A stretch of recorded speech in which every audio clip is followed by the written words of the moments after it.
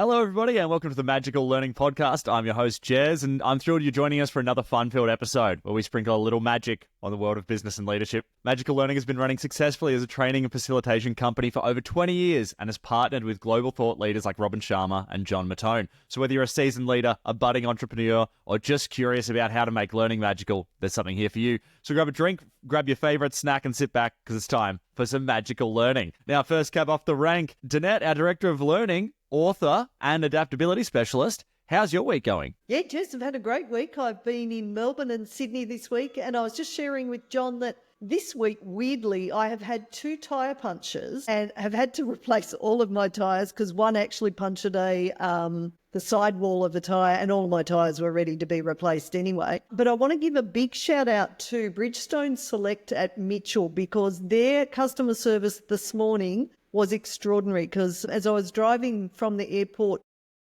to where I was staying last night, I got a tyre warning thing and they got me in first thing this morning, and we were going to replace my back tyres next Tuesday. They put them on first thing this morning. So really appreciate that because I feel safe driving home this afternoon. So that was in fact, great customer service from the Bridgestone Select people at Mitchell. Thank you, Jay, and all of your team. Lovely shout out there, and we want to thank those people. We'll be talking about people that change the culture, and certainly for today's safety and episode, we're thankful to them. Sounds like your car with 2 punctured tyres was like me early on a Friday morning, too tired. All right, let's go to John here. John, our facilitator extraordinaire. How are you going this week? Better before I heard that. Yeah, well done, Jez. I've had a week of extremes, actually. Last week, due to a vendor issue, my contract got terminated into government, and I've only just found out apparently I've been blackballed as a result, or blacklisted as a result, and for nothing, like I've done nothing wrong, and there's been no finding against me or anything, but yeah, apparently I won't be going back there in a hurry. Yeah, very odd. And the other extreme was my eldest boy had a second child this week. So we've got a little girl, first granddaughter. Oh my hopefully goodness. we'll see her over the weekend. What's her name, John? Bobby. How beautiful. Wow. It's been a bit of a roller coaster. And John, I think last time you were on, you were telling us you were going to a rugby weekend or something. Did that end up eventuating? Yeah, went down to Kiama and saw the Sevens, and it was a great weekend. Just a great day of footy.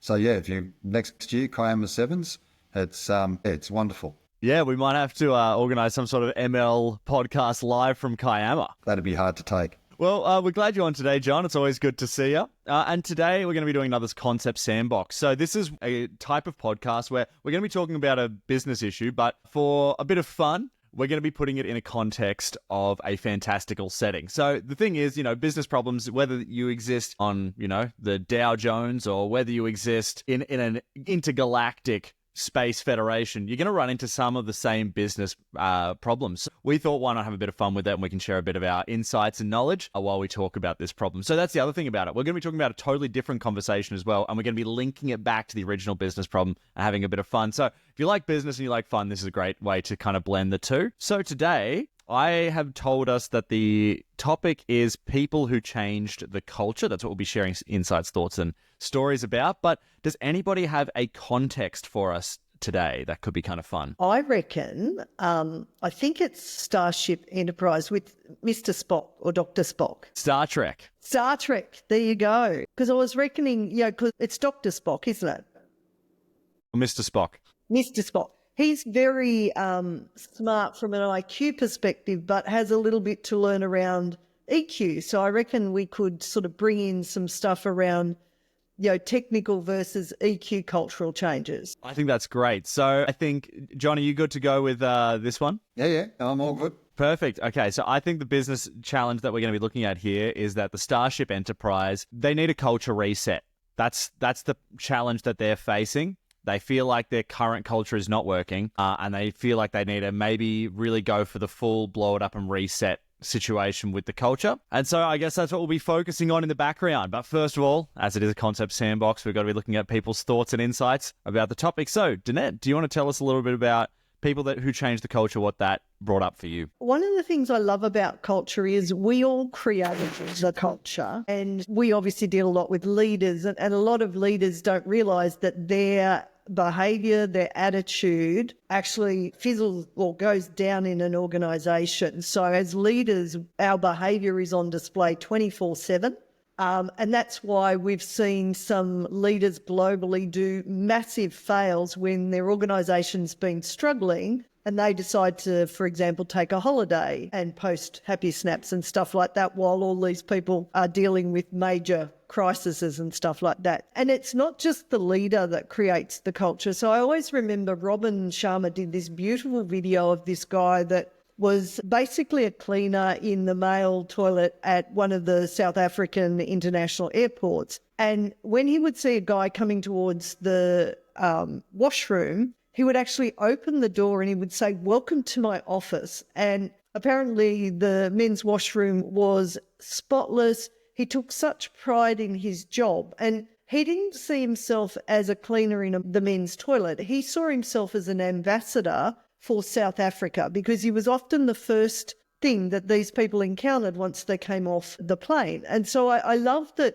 really it doesn't matter what level we are at. We should always be mindful that our attitude, our behaviours actually shapes the culture. So all of us have an opportunity to do this. And in the world we live in at the moment, the more we can make it more positive, I think the better. So that's my sort of start. The other one thing, sorry, I wanted to sort of plant in this is, what we measure in terms of what we see as success and what questions we ask around those values, those attitudes, those behaviours shape the culture too. So I've heard of stories where, organisations say we value our customers, and then they have a 30-second thing for the call centre to get that person off the call as fast as possible. And those two measurements don't align. So it's actually also thinking about what do we focus on in terms of success measures, but also what are our questions around what we think our culture should be. So they're my 2 bobs worth. Yeah, that's really interesting, Danette. It's actually really reminded me when you're talking about leadership at the top and how that sets the tone. It's reminded me of the NBA. I'm a huge fan of basketball over in the US, and I just wanted to kind of run through 2 situations. So I think this is true in a lot of sports, but there's teams that are perennially bad all the time, okay? And when you start looking at those teams, no matter what the sport is, it has to be with leadership. And often you do find out, if you look into it, typically it'll be, an owner that doesn't want to spend a particular amount of money, or, this is a sort of side business for them and they've got another job that they're really doing, things like that. And you'll see that they're not fully focused. And I wanted to explain a difference between 2 different teams and their 2 different trajectories. I'm just going to do it really quickly. So one was the Philadelphia 76ers. People may have heard of this team. They did something known as the process, which was they told their fans, we're deliberately going to tank. We're going to be bad for the next 3 seasons. We're going to get all the good players, which is what happens in the NBA. If you're bad, you get high draft picks. We're going to draft good players and then win. Problem was, these players learnt to lose very early on in their career, and it's affected the organization. It's never been really successful, and it's never lived up to its heights. Alternatively, there's another team called the Oklahoma City Thunder. They brought in a veteran leader because he was an expensive contract, and they were just like, we're going to be trying to tank this season, which means lose a lot of games. They brought in this guy. He basically said, I'm not doing that. We're winning. He took that team, which was made up of all these young players who, had never really done anything. He took them to the playoffs. They ended up losing the first round, but it was still a very heroic effort. And that team is now currently first in the NBA. This is 2 seasons later. They're first in the NBA. All those young players have fully developed because they understood the culture of winning. And what you understand is all the players that are on the Thunder, that second team, none of them are the first draft pick. And that's the opposite of what happened with the other team. The other team only collected really, really 1, 2, 3 draft picks. But the difference is you build that culture that says we have to win, and it creates a different thought process to winning as opposed to having a lot of talent. So that was when you were talking about that difference in cultures from the top. That's certainly something that stood out to me. Great examples, Jez. Really love that. Alrighty. Oh, John, let's go to you. Did you, when you think about, actually, hold on, wait, before we get there, John, let's start with you here. Did you have any thoughts for Star Trek, our Starship Enterprise, and what the leadership at the top could tell us about changing culture, and maybe with Danette or my example there? Yeah, again, with what Danette was talking about, culture starts from the top. Everyone has the opportunity to influence and be part of it and set the tone for it. But to me, a saying that I've always thrown out is that a fish rots from the head down. So, if your leadership at the top is stale, is poisonous, then that's going to be reflected through the organisation, because people see that and they respond to that.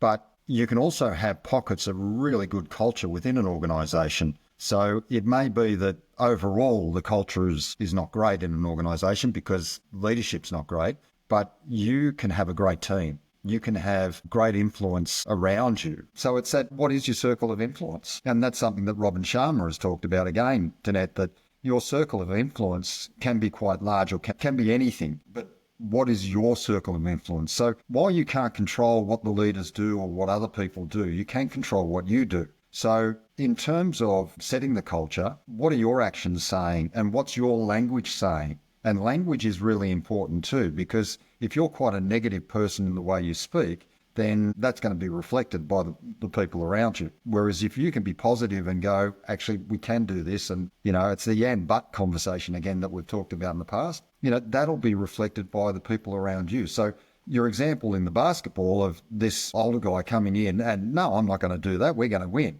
I'm not going to go down that path. That's him and his circle of influence. And because he was an older player, a lot of respect, having played in the NBA for so long, you've got to go, well, your circle of influence is really large around these younger fellas. So, have a look at what that is. And when you go back to Enterprise, Spock was a huge figure in it, but yes, he had no emotional intelligence. So that had to be counterbalanced by other people on the ship as well. And Captain Kirk, he had a lot of that EQ. So there were counterbalances going on. Yeah, so you need some of that technical, analytical, the IQ stuff really well. You do need that, and you need some of the other. So balance your things. And if you know what your strengths are and what your weaknesses are, you can bring people in that balance your weaknesses out. Can I add to John's story? Because I read something today that goes to your bit about language, John. And it was around the last person, so there would have been the president, where the last one who led apartheid in South Africa. And he regarded Mandela as a terrorist and all of this sort of thing. But then he started meeting Mandela, and what Nelson Mandela did was he came and he greeted this president who didn't really like him in the Afrikaans language. So he actually used that leader's language. And then later on, when Nelson Mandela was president, that past president actually then addressed Nelson Mandela in his own tribe's language as well. And so that language is really important. So I wonder on Starship Enterprise, where they have many people from many different planets, etc., whether part of that culture change is learning each other's language, but then maybe if we're bringing in a new culture, in the book that I'm reading at the moment, which is around storytelling, it talks about part of our language when we come together as a culture is we see more we and us than I and me. And we create words that mean the same thing for all of us. And they might be a new part of our language. And our culture grows. Those words sometimes change as well to reflect the growth of the social group that we create as part of our culture. That was a very long-winded answer. But you're right, Danette. I mean, the culture is everyone around us. And if you've got a bias against a type of person or a race or a sex or a religion, whatever it may be, then that bias does come through in the words you say and what you do and how you treat them. And you've got to get over that. And going back to Nelson Mandela, one of the big things, he was president when they had the Rugby World Cup over there. And South Africa was in the final. I think it was against the Kiwis. But he's gone into the dressing shed wearing the South African jumper. Supposedly was the new South Africa, but I mean, apartheid had been so big in rugby, it was almost horrible. Oh, well, it was horrible, apartheid, but yeah, and it had the number 6 on it, which was the captain's number. And his actions in doing that, helped bring the nation closer together as opposed to further apart. And it's those small things that you can do, the things that you do when no one's around, that really make a difference in culture. So if you're on Enterprise and yes, you're going to different planets and different cultures that you're seeing, do you respect those cultures, or is it, no, our culture is the only one and you need to come on board with us and English is the language, so if you don't speak it, out you go, or if you're not Catholic, or if you're not, whatever it may be, straight, whatever. No, accept people as the individual that they are. And that's the biggest thing, because everyone's an individual, everyone has differences, and we need to accept those differences. No one's the same, and wouldn't life be boring if everyone was the same? Totally would. Yeah. And that's what Star Trek was really big. This is my understanding, and I didn't watch a lot of it because I was more a Star Wars person than a Star Trek person. But yeah, by going to different planets and different cultures, it was about seeing difference and, I don't know, but accepting difference too. So what I love about that with the Starship Enterprise is that intentionality. So, let's become aware of our biases and make it more inclusive. Let's, if we're traveling all over the universe, then let's learn the languages, let's learn how to be respectful in those, when we encounter people from different things.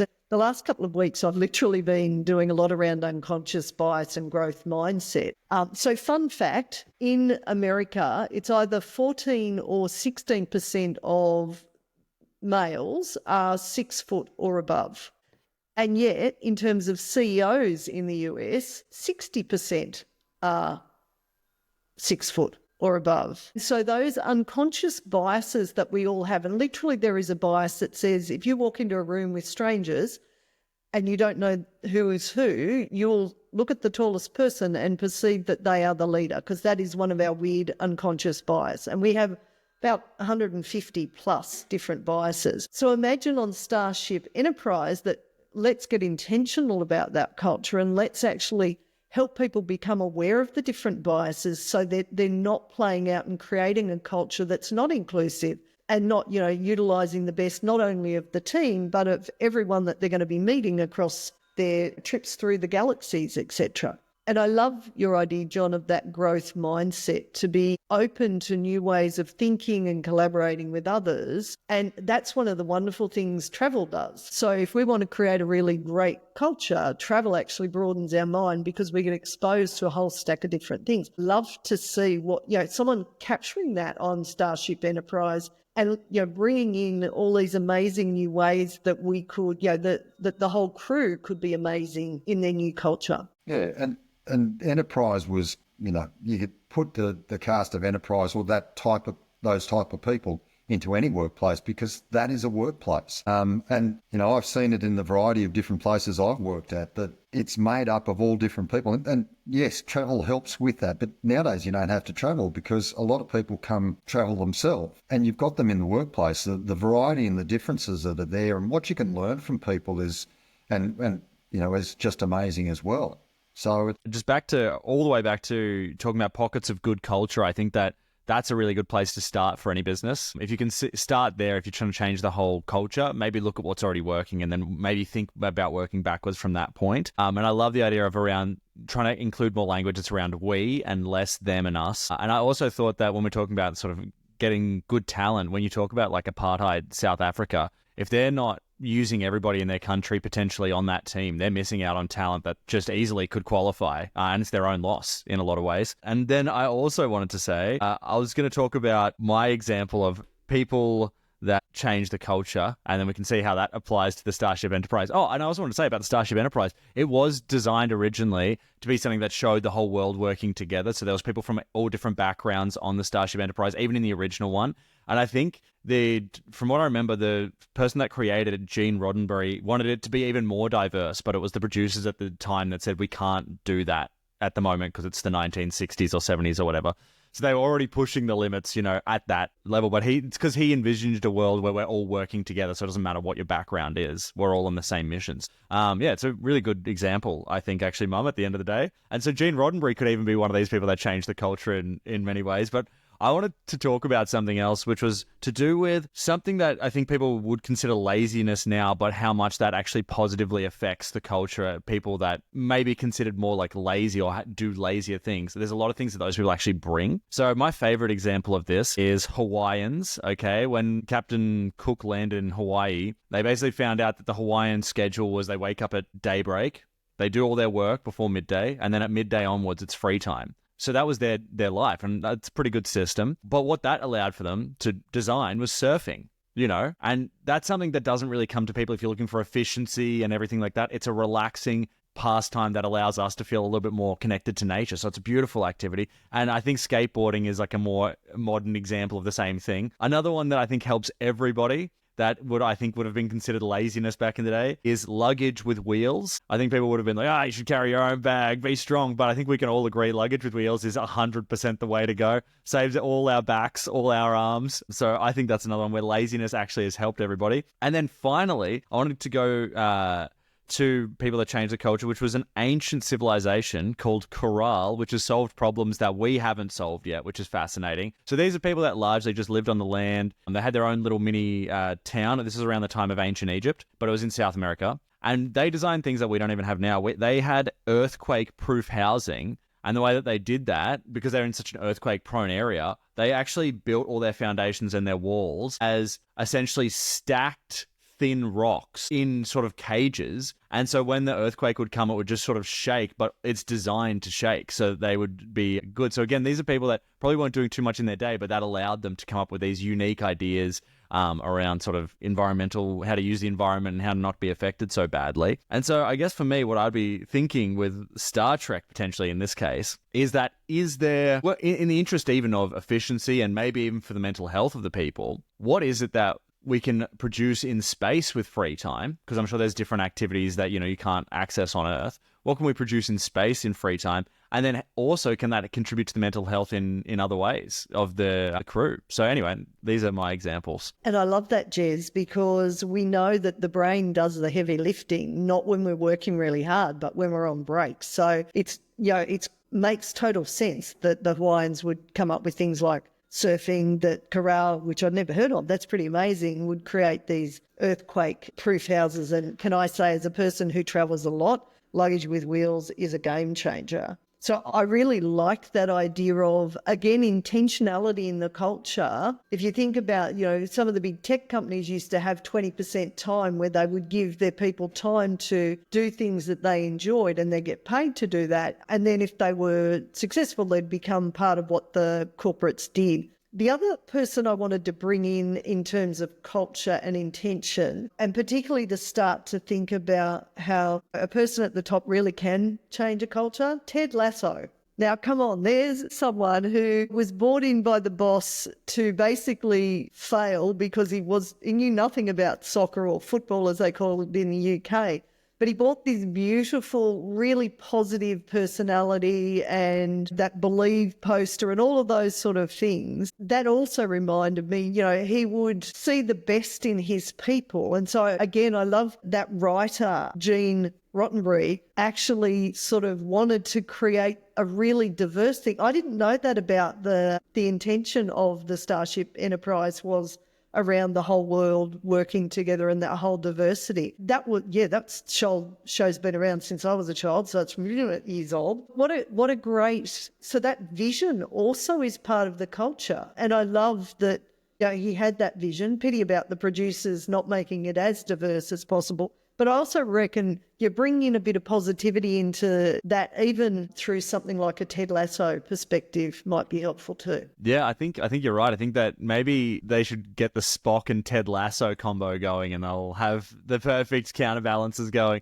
John, did you have anything you want to share about people who changed the culture? What that brings up for you? Yeah, just again, feeding off what you guys have said. I mean, what the Egyptians did themselves, we have no idea how they built a pyramid because they didn't have a crane, they didn't do things. And it's, history and the cultures that have come before us, we can learn from all of that. We don't have to repeat the patterns of the past and fall into the same traps. But, we still don't know how they actually built the pyramids. Say there were a lot of slaves or the aliens did it or whatever you want to say. But, in terms of people that change culture, laziness is a great tool because, and we all have some of that in us. We're looking for an easier way to do things. So the idea of having wheels on luggage or having a top, like the tool that can crack the top of bottles, so to make it easier to unscrew. It all comes from someone going, there's got to be a better way. So in terms of, Enterprise going around the galaxy, they would be a fresh set of eyes on things. And again, I think we spoke a couple of weeks ago, well, you gravitate towards people that are the same as you. So you need to bring someone that's different, that fresh set of eyes in to go, actually, we can do it better by blah, blah, blah. You've got to be careful, though, that as Enterprise goes from planet to planet, that they don't impose their view on them or their way of doing things and, take over or try and change the culture to what they do. So, there is a balance there that you've got to find that fine line. And leadership's got to be at the forefront of all of that. There's a great book called Legacy, which is about the New Zealand rugby team. And this was back when they win the World Cup 2000s. And they had the best players in the world. They won back-to-back World Cups, blah, blah, blah. And the book sort of came off the 2015 World Cup win, I think. But those best players who were being paid extraordinary amount of money would also take it in turns with the rest of the players to sweep the sheds at the end of it.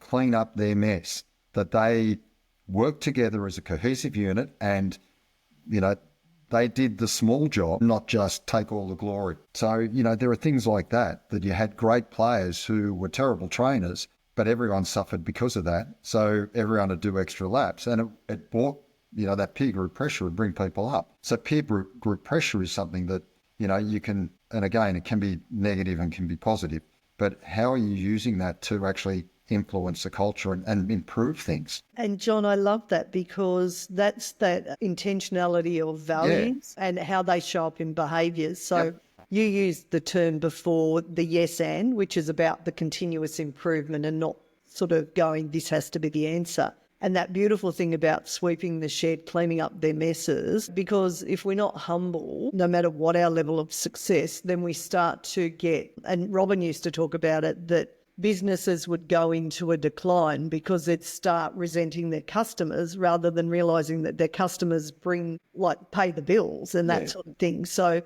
if we're not always being intellectually humble as well as humble in our behaviours through, again, being intentional about our values. So I'd love to be a fly on the wall on the Starship Enterprise as they started to come up with the new values for if they're changing the culture and what they would be. And your examples there'd be some beautiful ones around something like intellectual humility, inclusion and things like that. It'll also be interesting to know that how the culture on the Enterprise changed as they went from planet to planet. Not only are they going to influence the planets and the cultures that they come across, but they're going to be influenced by those things as well.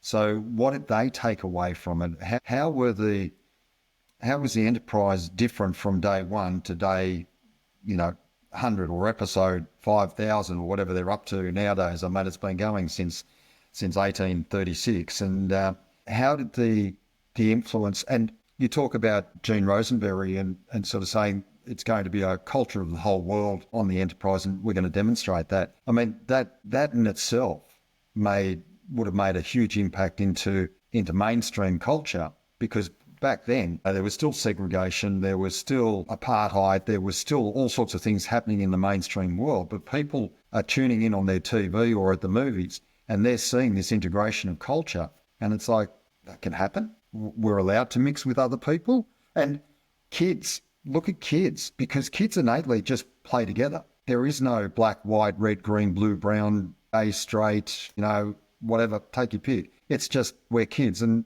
do you want to play? And it's like, yeah, I'll play. So, again, we can learn from those sorts of things as well. So, but it would be interesting to know how the Enterprise changed, the culture on the Enterprise changed through those interactions with other cultures. Yeah, so fascinating. And I think, it's such an interesting example to mix with this question about people changing the culture and everything, just because of how, you're right, John, the culture that they would have been witnessing in the 70s is different to us watching those episodes now. It makes more sense now, but then it probably would have been really quite revolutionary. And so it would have really changed some people's minds, which is, really fascinating. All right. Well, I think we've shared a lot of great stuff here today. So I think we're going to have to really sit down with the USS Enterprise and give our final thoughts. So, Danette, did you want to share your final thoughts on people that changed the culture and maybe your tips for the USS Enterprise and them changing their culture as well? So I think each of us should see ourselves as leaders no matter where we are in an organisation. And therefore, I think that we should always be looking at how we show up and the values, the behaviours that we display.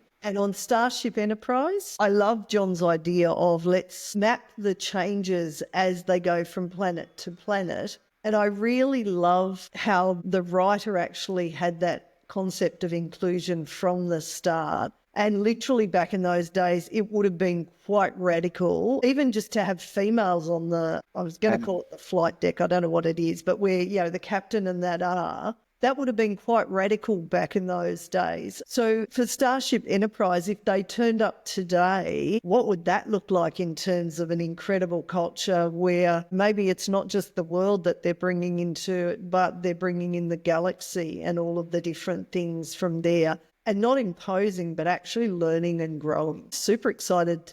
I reckon at some stage we should circle back to this one. Thanks, Des. Great topic. No worries. Thank you, Danette, and great to have you on the podcast as always. John, did you have any final thoughts about today's conversation, the people who changed the culture? Any final tips for the USS Enterprise from today's convo? Yeah, look, I think in what I remember of the original series and showing my age, but all the various members had a specific role and a specific job that they were leaders of that craft. So, and they took it seriously. So you had, Captain Kirk, who led the whole ship, but Spock had specific roles, McCoy, Scotty, they all had a task that they had to do, and everyone relied on them to do that, because if Scotty didn't beam you up, you were stuck on that planet. And there were plenty of times when, the beam didn't work and Scotty had to work overtime and not sleep to get it fixed. So, that's just what it was. So going back to even what Danette was saying about the Robin Sharma video and the guy cleaning the bathrooms in the South African airport, be a leader in what you do. And you don't have to promote yourself in that. It's just, put your heart and soul into what you're doing. Believe that what you're doing actually contributes and does make a difference, because it does. And people respond to that. If you're trying to do the best you can do on the job that you've got, people will respond to that. If you're, one of the people that I hate my job and, it's doom and gloom and management are terrible and blah, blah, blah, blah, blah, and you don't think that influences the culture and the way people perceive you, then you are very, very wrong. Because it does. Whereas if you can turn that around, and it's not all a bed of roses, but if you can turn it around and see some good in your role and what we're trying to achieve and the organisation and even the leader, it's a hell of a lot better place to be. Yeah, love that, John. And thanks for jumping on today. Always a pleasure to see you. Well, I think today's conversation was great, and I hope that the USS Enterprise and our listeners have taken some stuff away from this one. Hopefully it's been beamed into their brain, not unlike Scotty would beam up a co-worker. We want to thank everybody that's been sharing and listening. We're now, I think by the time this releases, we should be over 5,000 subscribers on YouTube, which is very exciting. We're chugging along towards that as we record. But otherwise, I want to say thank you to everybody. Thank you, Danette. Thank you, John. And as always, everybody, have a magical week.